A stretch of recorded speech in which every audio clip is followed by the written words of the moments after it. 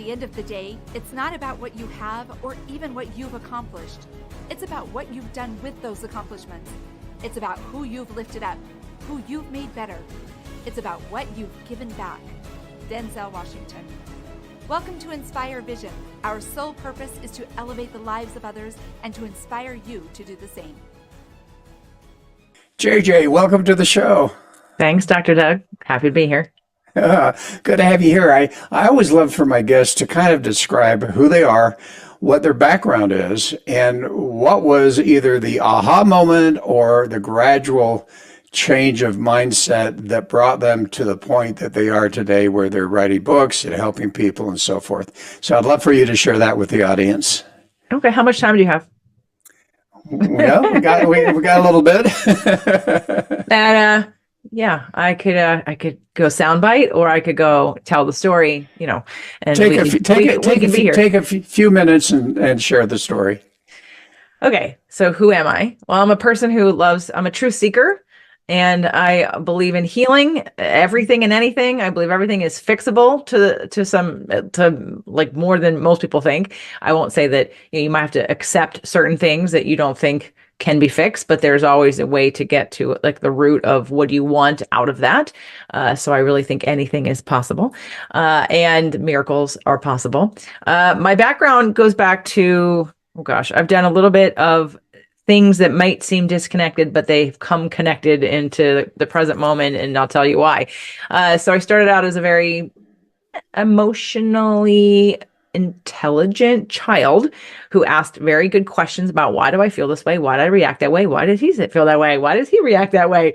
Very curious about all kinds of things, especially my own inner workings, but then also about traditional things like churches. Like, why does that church do that and we do this? Why do they, like, I was very curious and interested in understanding why someone did what they did. And that sort of has colored my entire life. And the right brain part of me enjoyed the arts and singing and dancing and acting as a way to fully express myself.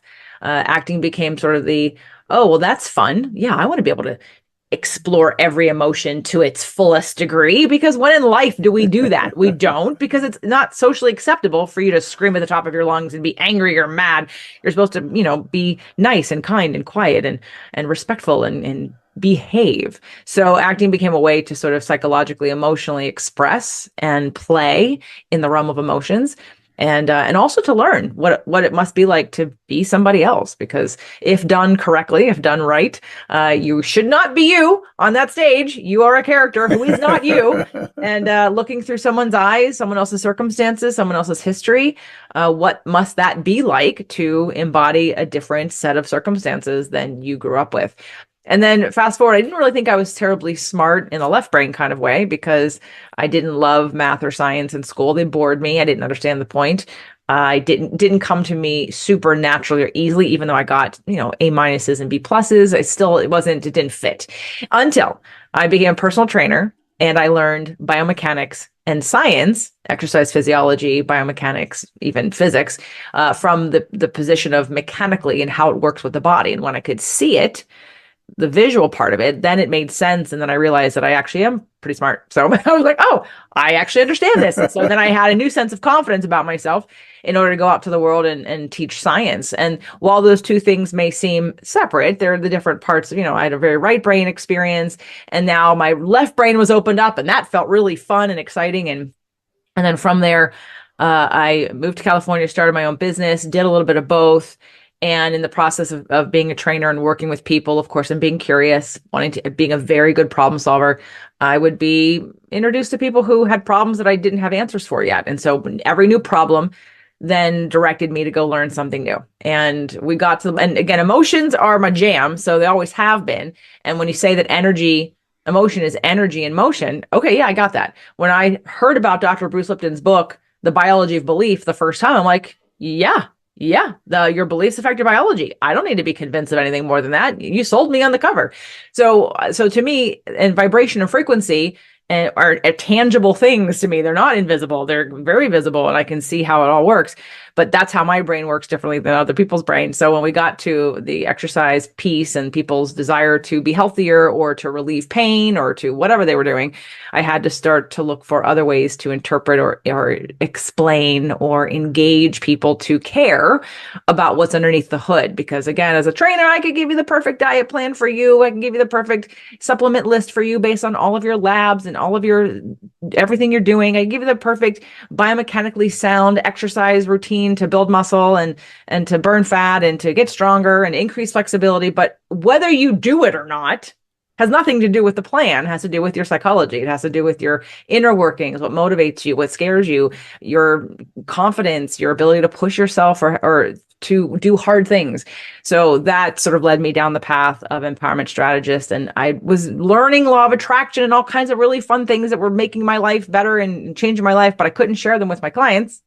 Because I did, of course I did, but they didn't really care because that's not why they signed up for it with me. They didn't sign up to be coached. They signed up to be worked out and to be given exercise diet plans and things like that. So I started my podcast back in 2014. We're coming on 10 years. And that was to just share with the world and see how the world wanted me to show up. What do you want me to? I have all this content and I want to put it somewhere. So here I'm going to put on a podcast. And then clearly through the experience of doing that, the universe spoke, the audience spoke, and I was asked to step into the whole law of attraction, quantum physics, combination of the left-right brain. A lot of people have said to me, I listen to your show because you use the science. You're not just woo-woo, but you link the science to the woo. And I'm like, yeah, because it's all science, all of it. So yeah, and that's kind of how we are here. I'm an empowerment strategist. I coach people on how to be happy, pretty much. And we take any circumstance or situations and more successful, because it happens in your business too. I know you talk a lot about businesses, and that's where businesses need to look under the hood because you're running your show. So guess what? It's your energy, your frequency, your fears that get in the way of growing. Well, that's so true. And you talk about, you made that change into helping people and so forth, but you've been talking about the brain. And, go into that a little bit, because you have what, 4 characters of the mind, of the brain? Explain a little bit about that. And how do you use that when you're working with people? I have a lot of tools, and that whole brain living tool that you're talking about is one of many, many, many tools that I have. And that was a book written by Dr. Jill Bolte Taylor. It was her second book. Her first book was called My Stroke of Insight. She was a neuroanatomist. So she studied the brain because her brother had, I believe it was either schizophrenia. I'm pretty sure it was schizophrenia and maybe bipolar disorder. And so she was fascinated with the brain. So she studied it, and she herself was extremely left-brained, character 1, character 2. And then she had a stroke. And on the way into her stroke, she was like, oh, goody, I get to study the brain from the inside now. And so then coming out of her stroke 8 years later, she wrote a book called Whole Brain Living. And so she talked about, while we understand the left and right brain to be like just 2 sections of the brain, she identified that there are subsections of each section. So there's actually 4, and they can become characters, and they have different wants and needs in the body in terms of what their job is and how they protect us or help us. And so it's her 4 characters that I've used in some of the work that I've done. I recommend the book. I've had her on the show multiple times. But when we look at what they're there to accomplish and how they're there to something like 1, your character 2, which is your left feeling brain, is there really to just keep you safe. But the problem with your character 2 is sometimes people live in their character 2, which I'm going to call victim mentality also. It's not always victim mentality. It's not that cut and dry. But if your character 2 is afraid of anything, which is going to be true because it's going to be afraid of everything that isn't normal, or even the things that are normal it's afraid of, it's going to hold you back in all aspects of your life. Now, that character 2 is never going to go away because they have a job. And most people think it's an all or nothing. Like, I've got to get all those negative voices out of my head in order for me to thrive in either health, relationships, or business or money. And you have to be able to reorganize those thoughts to say, this is a part of you that literally just wants you to survive. It wants you to be safe. It wants you to survive. It's not as advanced as the rest of the parts of your brain are. It's not as connected. In fact, it's disconnected. But that little part of your brain is never going to go away. So make peace with her or him, because it's here to stay. It's how to manage those voices. It's how to have the rest of the parts of the brain come online to talk to that character too. And of course, you make it very personalized by naming your characters and understanding that different parts of you. So if you want something, and goes for any aspect of life, health, relationships, business, money, if you want something different or more than you currently have, then you have to learn something or do something different. Like, you can't just, it's the definition of insanity, doing the same thing over and over again, expecting different results. If you don't learn how to access different parts of your brain or different parts of your personality, or remove some of your core wounds and your blocks, you can want all that you want, more and different. But until you change you from the inside out, you ain't getting it. All right, so let's talk about the 4 parts of the brain. Can you identify what those are and how they affect our thinking and our lives in general? I can give you a general overview, but I just really recommend, I have a podcast episode. We've full talked about that. Everybody can get the book, Whole Brain Living. Character. So left brain is character 1 and 2. Right brain is character 3 and 4. Character 1 is the action taker. In terms of, it'd be more the masculine energy. It'd be the linear thinker, the get things done, the action taker, the one who's organizing things, wants to keep things in control, wants to keep things moving. Character 2 is the emotional side of that, because there's a thinking brain and feeling brain. The feeling part, the character 2, is the person that doesn't like it being out of control, doesn't want to thinks it's unsafe when things are out of control. And the left part of your brain keeps us human, in that we feel separate from other people. And it's not actually the truth. It's just how we survive on this planet right now in our lives, by action, because we do have to get things done. We do have to pay the bills so we can stay in our homes. We do have to put gas in the car, or, charge it, whatever kind of car you have. Like, those things have to happen if you want to do anything. If you don't want to do anything, then of course you don't have to do any of that. The right side of the brain, character 3, is your playful, sort of like childlike, just wants experiences, just wants to feel, wants to express in all the things, all the ways.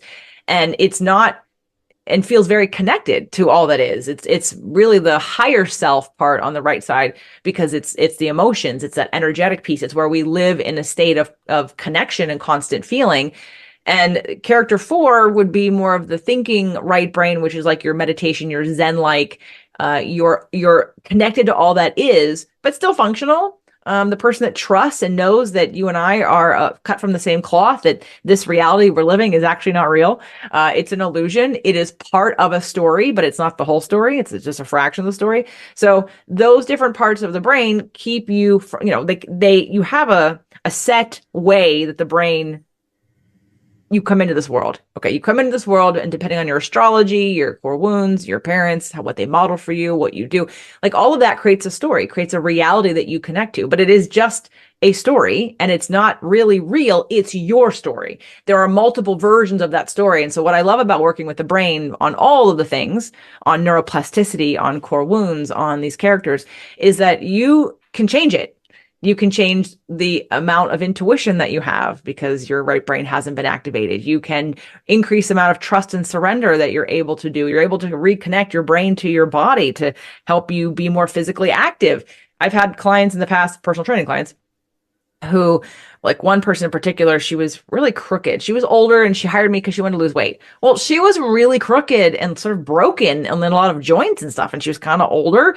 And I said, Lee, we can't make this broken machine, if you will, work harder in order for you to lose weight. We have to sort of fix the machine first. We have to make it so you're not going to keep breaking down. So I did some random, they're not random to me, but someone else would be like, why are you doing that exercise with her? Like I had her on the floor doing leg lifts and stuff. Anyway, I did a bunch of things for a couple of sessions and all of a sudden she was walking better. And she said to me, did I build muscle in 3 sessions? I said, no, we turned it on. Now that it's on, it's available to help you move. And that's what the brain does. The brain can turn on muscles. The brain can turn on neural pathways that you have not opened up before. And we have all this possibility, but most of us get stuck in our own ways because we only have done things one way. And so the brain's just this wonderful place that's connected to the body to help open up emotions, new ways of thinking, new ways of interpreting, new ways of feeling. It's all there for us if we just want to sort of learn a little bit. Well, and let's talk about neuroplasticity, because I think a lot of people I think there's a common belief out there that I cannot change. I am who I am, and I'm never going to change. And yet, science has shown through neuroplasticity that changes can actually be made and become permanent. Can you share a little bit of your thoughts on that? Yeah, as of the recording of the show, which is 2 months, 3 months, 2 months out from when it's actually going to be published. So mark this. This is June 25th. I released a show today called "Why Neuroplasticity is the Goal." So, because it is, yes, you are changeable, and I can show you from your body to your brain to everything about you. Again, go back to the acting. This is where it all connects. I learned more about science, religion, and what else did I learn? So I learned and history, science, religion, and history in an acting class when I did Our Town in 1992 at NYU's Tisch School of the Arts in the film and TV class, because my professor at the time, he taught Stella Adler technique, and Stella Adler technique in the acting world is where you live a day in the life of your character. Well, guess what? The character's not me. I've never experienced any of the things that person had experienced. So when I embody these new circumstances, because we all have a story. We all have wounds. I'm from this town. I grew up in this kind of climate. This is the kind of music we listen to. This is our spiritual beliefs. This is our political beliefs. This is what my parents did. Like, that's your framework for the way that you react and act in the world. And if you change the entire framework, you get to be a new expression of who you are. So there is no set in stone. There might be set in stones. The only set in stone I would say would be astrology. Because that to me that's your blueprint, is your astrology. I'm a Pisces with many, many Sages. Those Sages have me as energized as I am with no caffeine all of the time. Not from a nervous I'm on right now because we're talking and I'm paying attention to my words and I'm wanting to communicate something to you, but I'm not like, I don't have that kind of nervous energy, or I don't have nervous energy. I'm just I'm focused, and I'm powerful when I want to be. I elevate that. So I think besides astrology that everything can be changed, and you can even change the expression of that. Someone with a lot of fire like me needs to ground in order to ground that. Someone with a lot of, air also needs whatever. Everyone can figure out how to balance the elements that they are made up of, and therefore then to get a desired change in how you respond to life. So I think everything is changeable. Well, and you're talking about astrology. I've never really gotten into that on my show. Okay. And it fascinates me. How do you feel like astrology really affects our lives and who we are? In every shape you can imagine, in every way. Astrology was what answered the question for me when I was in my teens. Why don't people react the same way I do? Like, I would look at a scene, and I'd be horrified, let's say, or I'd be like, oh my God, that's terrible. And I'd look around and see that no one else was reacting the same way I was. I'm like, what? Are you people stupid? Like, it made me nicer because I would just assume and judge people like that they were heartless or they're whatever they were, depending on the situation, because I was like, okay, I'm seeing this and I'm interpreting it in a specific way, and I'm having a feeling because of that. Why is everybody else not having the same interpretation and therefore feeling? And astrology really taught me how people see the world in different ways and for different reasons, because it's based on elements: fire, water, air, and earth. And each element has a connection to how we sort of express. So water is about feelings, and everybody's made up. Everyone has a recipe. It's not the horoscopes. You're not, what is your sun sign, Dr. Doug? Oh, yeah, I was going to tell you a story about that, so we'll laugh about that in a minute. So okay. I'll tell you the story now. So I'm an Aries. So when I first started my dental practice in Palm Springs years ago, my receptionist was actually really into astrology, and she said, "Hey, let me do your astrological chart." And I'm going, "Okay." So I gave her my birthday, where I was born, the time, and so forth. I came back the next day, and she looked at me. She says, "Oh my goodness." I'm going, "What do you mean?" And I don't know. It wasn't totally true, but she says, "You have so many signs in Aries. It's just like you're Aries, Aries, Aries, Aries." And there's some others since I've done it again. But anyway, that was my story. So I'm Aries and a lot of Aries. Okay, let me tell you about Aries. So Aries is the first of the signs. And that has a lot, there's no good or bad, but let's just go positive and negative, or possibility or potential, issues, so to speak. Okay. So Right. because you're an Aries, and I teach astrology in a straight line, not in a circle. So what that means is, imagine you're like, there's a snowball in astrology. You are the infant of the signs. Okay. So that is not a judgment. You're the first, you're a baby. What that means is you're innocent. It could mean that you're innocent. Doesn't always mean you're innocent. It could mean that you have an innocent way of looking at life, that maybe it's your first time on the planet. And so Aries by default likes to compartmentalize into good and bad, right and wrong, left and right, yes and no, black and white, right? So it becomes this quick need to judge something as good or bad.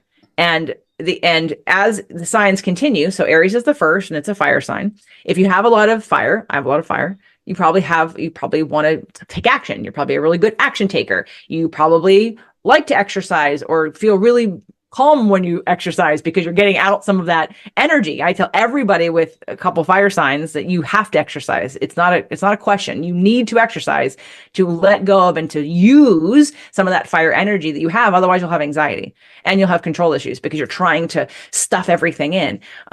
Aries can also be pioneers because you're the first. You're leaders by default because you're the first. You could come up with a new way of looking at something. You could also have a lot of impatience for things because, again, going back to the simplicity of being an infant, if you judge things as yes or no, right or wrong, left or right, and then there's a third category, your brain might be like, I don't compute that. Like, that doesn't make any sense to me. So it could be frustrating if your two-part way of wanting to compartmentalize things all of a sudden gets a wrench in it with somebody saying, well, there's a third. Like, no, there's not a third. It's either this or it's this. Like, I feel more comfortable. My Venus is in Aries, and your Venus is how you deal with relationships. And years ago, when I was acknowledging and noticing my behavior, I was asking myself, because most of my planets are at the end of the line. So they're very highly leveled and developed. So let's go back to the line for a second. Aries is the first. Taurus is the second. That's an earth sign. I'm not going to go through all of them, but what happens is the snowball gets bigger as you go down the line. And what that means is that everybody after you has your stuff plus somebody else, plus their stuff. So Pisces, me at the end, has everybody's good stuff and everybody's bad stuff. So there's a whole, it becomes more complex and layered. So but the Venus and Aries, I was so I'm like thinking to myself, why am I had a boyfriend who he wouldn't commit to, we broken up and then he wouldn't kind of get back together. And I didn't understand why. I'm like, we're either together or we're not, because there's different rules. If we're together, I don't date anybody else. If we're not, I can date other people, or I'm not supposed to, whatever. So I just need him to tell me. I was ridiculous. I was very impatient about, just tell me, are we together or are we not? And I noticed this behavior and I'm like, what is wrong with you? Why can't you just be? Why do you have to label it? And then I looked at my chart. I was like, Venus and Aries. Oh, okay. That's why. Because I have no patience, and I need to, in order for me to feel safe, I need to be able to say that it's this or it's this. I need to be able to I need to make sense of it. I need to compartmentalize it. So, So I think that astrology shows us what we're made up of energetically. So you'd be a lot of fire. I'm a lot of fire. I've got 3 Sag planets and an Aries. And that's just within. So I have a lot of fire, and you can see it. Obviously, it's exuding out of me right now. But someone who doesn't think like you or see the world like you or interpret like you is going to act very differently. And there's nothing wrong with them. It's just that they're different. So it levels the playing field of someone is right or wrong or good or bad. It just says, oh, this is what is important to them. For you, it's action potentially, or getting things done, or being productive, and for a Taurus or an earth sign, it could be just stability. They need to have financial stability or whatever. So each sign again, it's a complex system, but psychologically, it is so helpful. It helps validate people's experiences. It helps them to understand why they feel how they feel, why they look at the world the way they do. And it definitely helps in relationships to understand where people miscommunicate, because you may say one thing to me and I hear it differently than you've said it. And you don't know that. You just assume you say a word, I somehow am going to interpret it exactly the way that you did. And that's not true. So it gives us information. And I use it in all the work that I do because I think it's that important. Oh, I smile. I have 3 people that are very important in my life that are all Gemini. And in fact, it's interesting. My one son's Gemini, his wife's Gemini. I've got another sign that's Gemini, and it's like, holy cow. So, and I think his wife is like, how do Aries get along with Geminis? Well, again, there's a more complex. I need to know your moon, your ascendant, your Mercury. That's how you deal with communication. A couple other planets before I would answer that question, but generally, so Gemini is the third. So Aries is the first, Taurus is the second, and Gemini is the third because Gemini doesn't know whether to be Aries or Taurus. Right? That's why they're That's the right. twins. They're kind Yeah. of like that. Right. And they're the first of the air signs. So air signs are about thinking and thought and ideas. Geminis also don't tend Geminis get really excited about the ideas, but then don't necessarily complete the project. Or they're very shiny object syndrome. They can seem ADD or sort of get lost easily sometimes because they get excited about something. A lot of Geminis just want to have a good time. They like to play. They're playful and fun. Sometimes they're the jokester of the family or the practical jokester. Not always, but Geminis also like beauty. So women, Geminis definitely love to, have all the sparkles and the things and have things look a certain way. I don't know that all the men do too. Sometimes it depends on how, other factors that are in there. But Geminis they love concepts. They love ideas. They love, a lot of times Geminis are good podcast listeners because they love hearing stories and ideas, but sometimes they're not super connected to their, feeling of it. They're in their head a lot again. So there's a possible anxiety about overthinking, headaches, migraines. Geminis dominate that because they're the first air sign. So, Well, and so you talk about astrology and how it can affect our lives. I look at very much behavioral management. I look at behavioral analysis tools and it's kind of a little bit about what you're talking about, the four characters. I happen to use the DISC, a very advanced DISC. So you get into that left brain extrovert, right brain extrovert, right brain introvert, and so on and so forth. But what I find is that as I've done that for people, and it really helps them as we go into the depth and analyze what's their motivators, what's their values, all those type of things. I find that in that particular case, I let them know that this does not identify absolutely who you are, but rather this gives you a sense and you can change. You can change. Now, do you find that's the same case when you're working with people and their astrology, that helping them to understand that although you fit into this, I fit into that Aries situation. The question is, you have the light and you have the shadow. You've got that shadow part that is not the one that you want. Are you able to change? Have you found that people can make those changes and not be labeled or put into a particular characterization, that they don't have to necessarily stay there? Yeah, I've had absolutely, but I don't do it from the place of just astrology is the tool, but the first tool I use is I work with their core wounds. I think core wounds are the deepest, most straight to the with a lack of story. Like you get everyone's path and the reason they've done everything, because really the core wounds are the bottom, that's the belief system.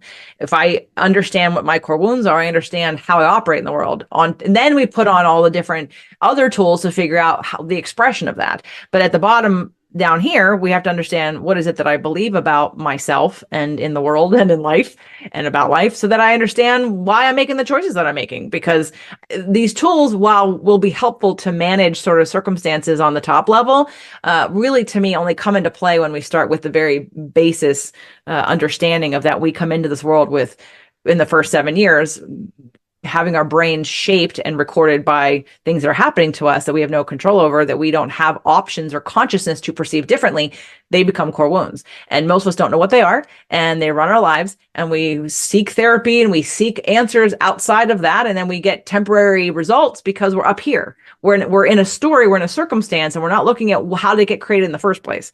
And how it got created was because something happened with your caregivers or your parents that became a belief for you, whether it's that you're not important, you're ignored, you're devalued, you're smothered, whatever those wounds may be, but they shaped everything after that. So after 7, your whole subconscious got formed.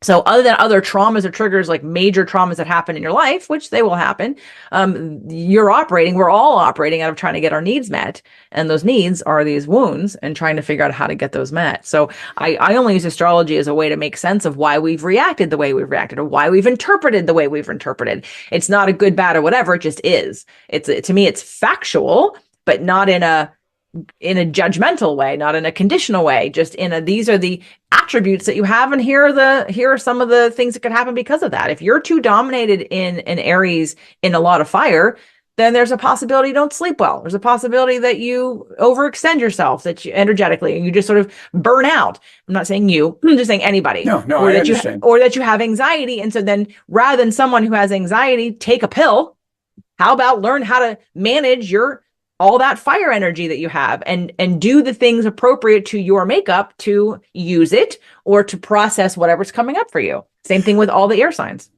So if I'm understanding, you're saying really the foundation of the whole thing is those core wounds, what we've experienced up until the age of 7. And then, astrology, behavioral analysis, all of these other things are merely a means of understanding how you will respond and express yourself according to that. So here's the question that I have. You've got your core wounds. How many times have you found as you're working with someone and you go back to those core wounds, do you find that it goes back a little bit further than what they can remember? So there's a DNA memory that might have to do with generations way back. Sure, absolutely. That you have no clue what's going on, and all of a sudden, wow, this is what is causing me to behave this way, and therefore I can change now that I understand that. Yeah, I've worked with inherited emotional DNA clearing and with going back sort of generationally to generational things that get passed down. I think that is an important thing to look at some point. But what I also want to do is empower people in their story to make choices now. Because what happens is most people can't identify the feeling they're having or the reason why they're having it. So the need is not being met. They don't know what their core wounds are. And they just go to a therapist and repeat a story that's been happening for 20 years. Or they get divorced and marry the same person in a different suit. And then they say, oh, that must be that person. They did the same thing that other person did. So it must be them. Like we reflect or we deflect taking responsibility for the only things we can control, which is when we hear something, see something, or observe something, or remember something, it's our interpretation and then our emotions that get triggered because of that. And that's all in a circuitry we have 100% complete influence over. Even if someone else is triggering you, of course because they're the mirror, they're showing you your wound. But so the inherited emotional DNA absolutely has a place. And I like to make sure that people take responsibility first, because I find that sometimes when people want to go to all the healers that do all the clearings of all the things that they just fell into line in this lifetime with, that they feel there's a little victim mentality in that. Like, okay, you're going to clear that from me, or you're going to, and then they don't reevaluate. In fact, I had a client at my very first event, 2018, work with one of my friends who's a very great healer. And she did like 10 sessions with her. And then she came back to me, and in a session, she felt lighter, but she was interpreting the situation the exact same way she was interpreting before, which led me to believe, because when I first heard about and learned about subconscious work versus conscious work, I'm like, oh, it's all about the subconscious. Oh, it's all about the subconscious. And I went down this path of doing all the subconscious work and hypnosis and all the things. And then in situations like that, I went, no, we have to change the computer, because you still have a 12% conscious brain, and how you interpret something is everything. How you interpret something is the story you're telling, which activates a feeling and or triggers or doesn't trigger a wound. So if we don't change that part of the computer and change that program about the way you see the world, then you can clear for days all the underneath stuff, but you're still going to re-injure, reactivate, re-trigger yourself over and over again. So while I know and understand and believe and support all of the subconscious work, you still can change some of your some of that subconscious with your conscious. And how do you do that? How do you do that?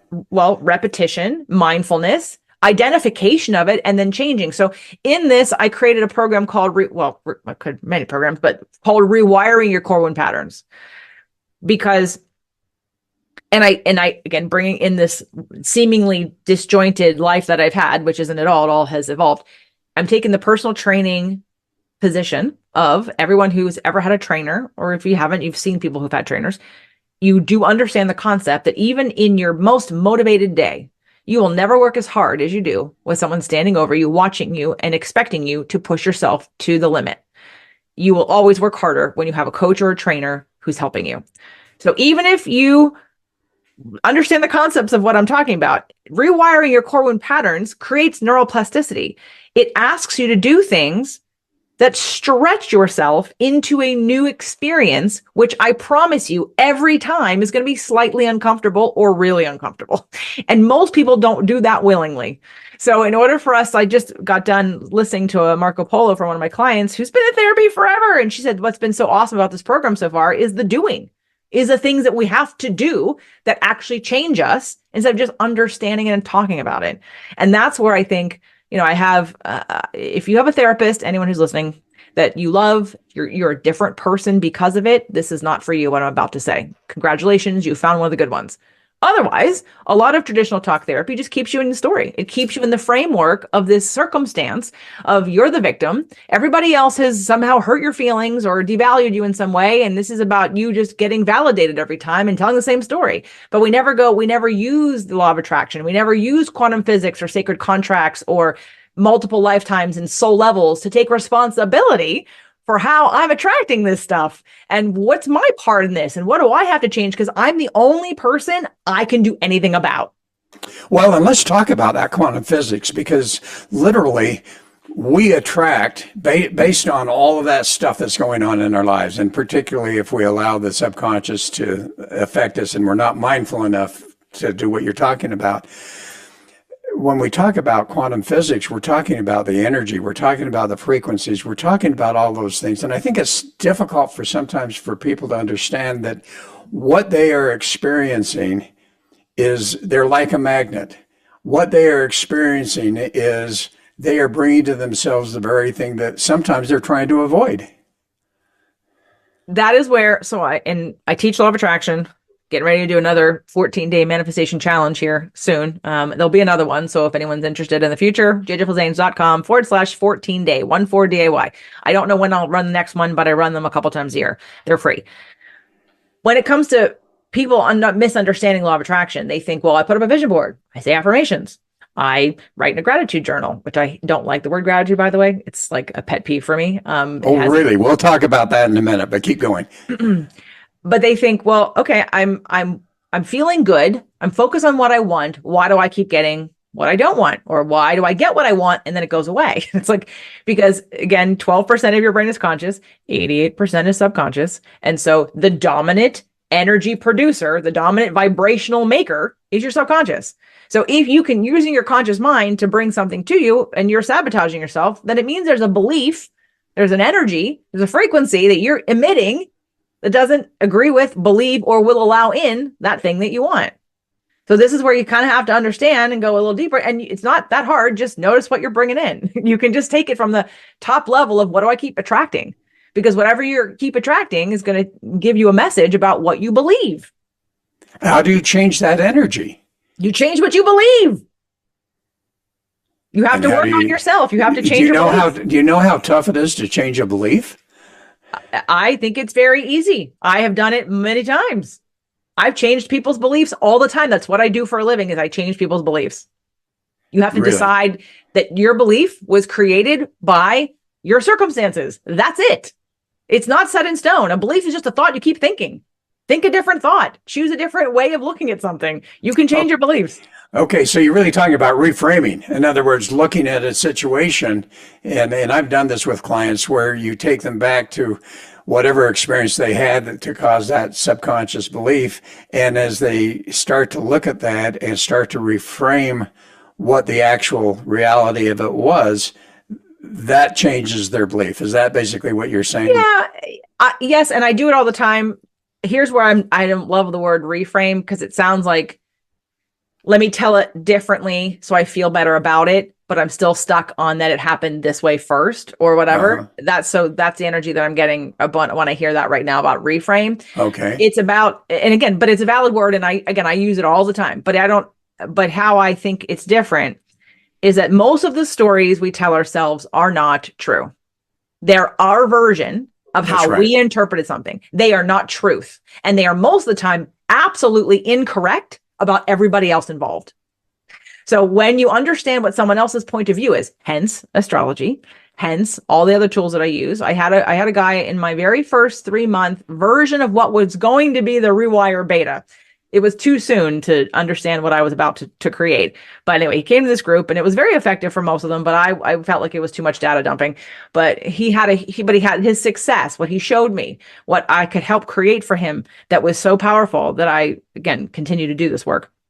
And he was seeing a therapist, but he had started my 3-month program and we got into the core wound piece quickly. And then he came on the Marco Polo and he shared that he was at his therapist to deal with his anger about his dad. And I'm like, what? Hold on. Anger about your dad? And of course, he had his story. I went back and asked a few questions based on some of the frameworks that I talk about in my stuff. So let's see, love language be one of them, core wounds would be another one. Anyway, all the things. And I basically said, I asked him, well, what was your dad's love language? And what, we didn't reframe it. We took it from that perspective. We looked at how did his dad feel? And all of a sudden he went from 40 years of feeling rejected and angry and painful to crying and feeling for the first time, because that guy was really angry. He was an addict. He was violent in ways at times because he was so mad because he felt so rejected. And then when we told the story from his dad's perspective and his dad's point of view, it changed everything instantly. And since then, he's been like, I feel my father's love all the time. Now he looks back at his past. Instead of feeling pain, he feels love. He sees the love that he never allowed himself to feel before in an instant. Is that a reframe? No, it's looking at it differently. It's interpreting it from another point of view, right? I suppose. So you've written this book, Invisible Fitness Formula, and in there you talk about mind, body, soul. Can you share with the audience a little bit about that book and what your approach is on that and why you're using those 3 words? Right, because our body, while we are living in it, our soul lives in this body. It is an expression of us. It's our body. A lot of times people want to separate, especially in the physical world. They want to, especially with body shame and weight loss and judging themselves. And if I'm valuable based on what I look like or what my body is, if I'm fat or if I'm whatever. And so it was my ode to my personal training career when I was about ready to sort of retire. It was saying, I've been doing this for over 25 years. I've worked with a lot of people. I've learned a lot of things. I see what I think works. And here are the 5 steps to release weight and end body shame in the order in which they need to be done to get the best results. And by the way, the first 3 things are physical. So that way the physical can help reduce and show you, because people would think, I had a client once years ago, I worked in a medical center. And so there was the functional medicine doctor, the nutritionist, and then me as the trainer. And he had come in to see the 2 of them, then he came to see me. That's the order that it went. And I said, okay, well, he was in 5 different Overeater Anonymouses, blah, blah, blah, the stuff about his diet. And I said, have you taken a food sensitivity test? And he was like, no. And I said, well, march yourself back to Jeannie and go take the food sensitivity test, because it sounds like you have food sensitivity that's making you think you're an emotional eater. Not that he probably was an emotional eater also, but he just was convinced it was all emotional. And so he went back and he found out that he was sensitive and allergic to dairy. Of course, he was having yogurt and all the things, and corn. He was having popcorn. And then once he removed those from his diet, he lost 16 pounds in like 2 weeks, and he had no food cravings anymore.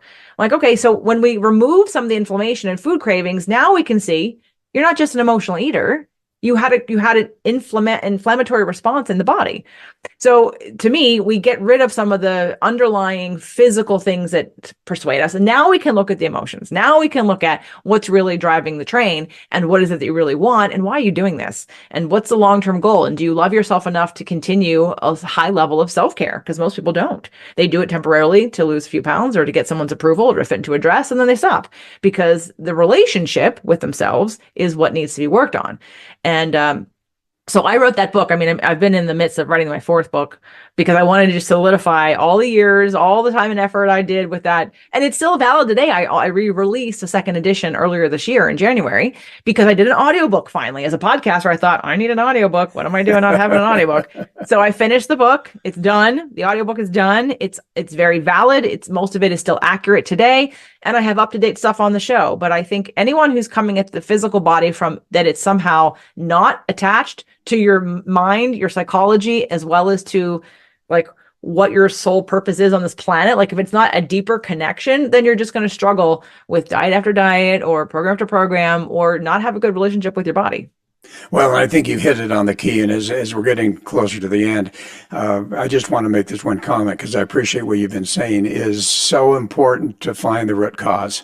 It's so, you can go on and on and on and on, but unless you get to the root cause of what's going on, and as you said, that is the help of a coach.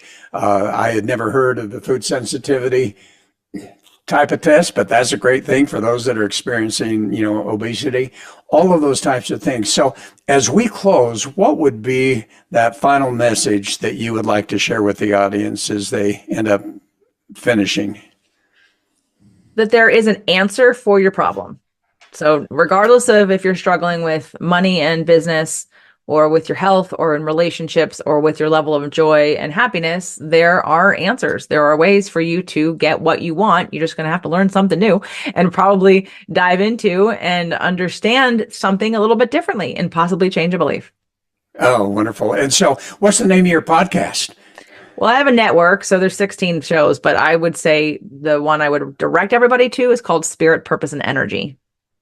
Okay. And do you do podcasts every week or is it periodically? I've been after 10 years. Oh, there's more shows than anyone. Someone could decide after today that they're going to do nothing but follow me, and you couldn't even catch up in a couple of years from now. So don't worry. So it's lots of content. It's now after hitting a certain mark, I thought, I'm going to just go once a week, and then I thought, I'm just going to go 2 to 3 times a month. So it's about 2 to 3 times a month, and sometimes it's every week. It just depends on what's going on. Okay. And what's the name of the podcast and how do they find it? Everything is at jjflizanes.com, jjflizanes.com. Everything is there. Everything. Wonderful, wonderful. Well, JJ, thanks so much for being on the show. Interesting conversation. Thanks, Dr. Doug. Yeah, I love it. I'd love to know more about your chart too. Oh, enjoy it. And folks, thanks for listening. I hope you'll take this to heart. And if you find that there's a need, contact JJ. And it sounds like she could help you a lot if that's your specific need. So anyway, this is Dr. Doug saying have a wonderful week and namaste.